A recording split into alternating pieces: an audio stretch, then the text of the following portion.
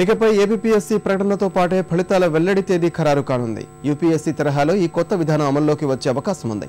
భవిష్యత్తులో ఏ ప్రకటన ప్రక్రియ అయినా 6 నెలల్లో పూర్తి చేయాలన్న ప్రతిపాదనకు ఏపీఎస్సీ తుది మెరుగులు దిద్దుతోంది. ఇక లక్షలాది మంది నిరుద్యోగులు ఎదురుచూస్తున్న గ్రూప్ 4 ఫలితాలు ఈ నెలాఖరులో విడుదల కానున్నాయి.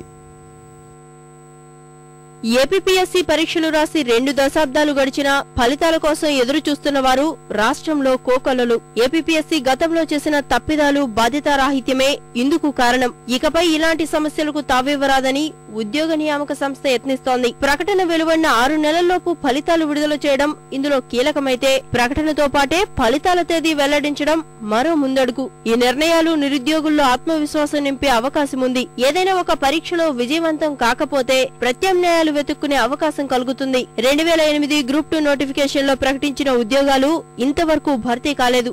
ఇలాంటివే మరికొన్ని. ఈ పరిస్థితి అధిగమించడానికి ఇకపై ప్రణాళికాబద్ధంగా ముందుకు వెళ్లాలని యోచిస్తున్నారు. యూపీఎస్సీ తరహాలో క్యాలెండర్ ఇయర్ అమలుకు సిద్ధమవుతోంది.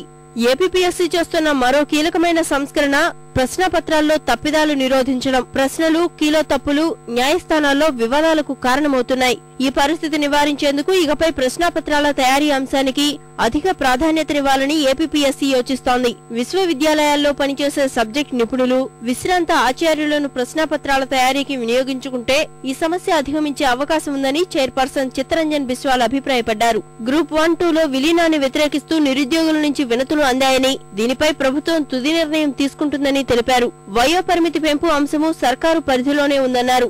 ఏప్రిల్లో గ్రూప్ 1-2 సహా మరికొన్ని కొత్త నోటిఫికేషన్లు వెలువడే అవకాశం ఉందని, ఖాళీలపై ఇంకా ప్రభుత్వం నుంచి వివరాలు అందాల్సి ఉందన్నారు.